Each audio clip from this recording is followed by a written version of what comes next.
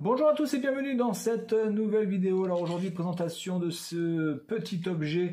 Alors je vous avais déjà présenté ce logo qui signifie donc la carte qui est utilisée à Taipei pour pouvoir utiliser les bus, les métros, les vélos, les scooters aussi. Voilà, on peut payer dans les magasins, on peut aussi payer les docteurs, on peut payer l'hôpital, on peut payer aussi les produits qui sont dans les distributeurs automatiques comme les masques par exemple, puisqu'on peut trouver des masques dans des distributeurs automatiques.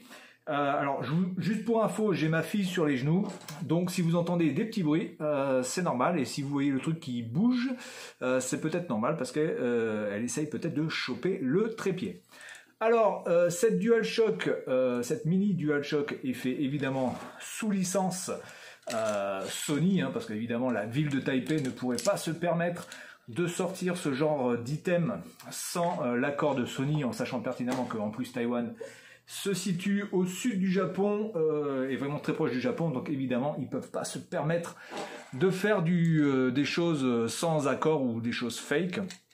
Donc écoutez, la reproduction est vraiment très bonne. Vous pouvez voir que les boutons bougent pour la plupart, à part le pad lui ne bouge pas, mais sinon le bouton share, le bouton option bouge. Oui, alors ça tu vois, ça bouge, mais ça c'est à moi, tu vois, mon bébé. Voilà, arrête de toucher à ça. Ça c'est à papa. Et après, quand toi tu vas faire des vidéos, tu en feras aussi.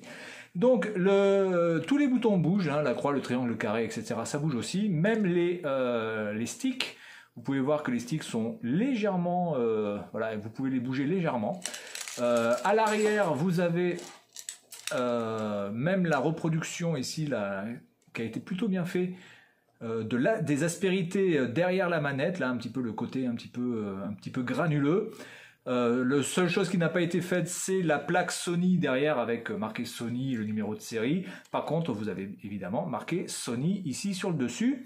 Et avec les boutons R1, R2, L1, L2 aussi qui sont gravés à l'intérieur. Et sachez que quand vous passez votre carte dans n'importe quelle machine ou dans n'importe quel magasin, eh bien cette petite partie-là fait de la lumière comme sur la bonne vieille DualShock.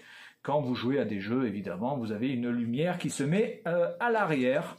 Voilà, donc c'est vraiment sympa. C'est un produit qui coûte aux alentours de 11,9 € si vous arrivez à le trouver dans un magasin, on va dire de manière officielle, en sachant que désormais il est quasiment impossible d'en trouver dans les magasins, vous ne pouvez passer que par des gens qui l'ont déjà acheté et qui le revendent, eh bien vous allez évidemment le payer un peu plus cher. Et oui, on va le payer un peu plus cher.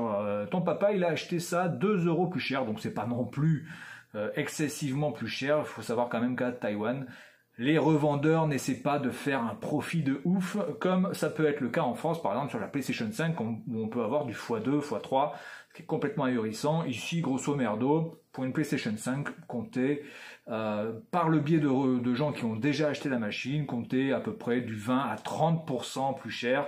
Vous avez certains cas où on peut avoir du 50% plus cher, mais c'est quand même assez rare. Voilà, donc c'est tout pour la présentation de ce petit objet bien sympathique, en présence, mais vous ne la voyez pas, en présence de ma petite Leila, hein, qui est très sage, et c'est très bien, elle est très sage comme son papa.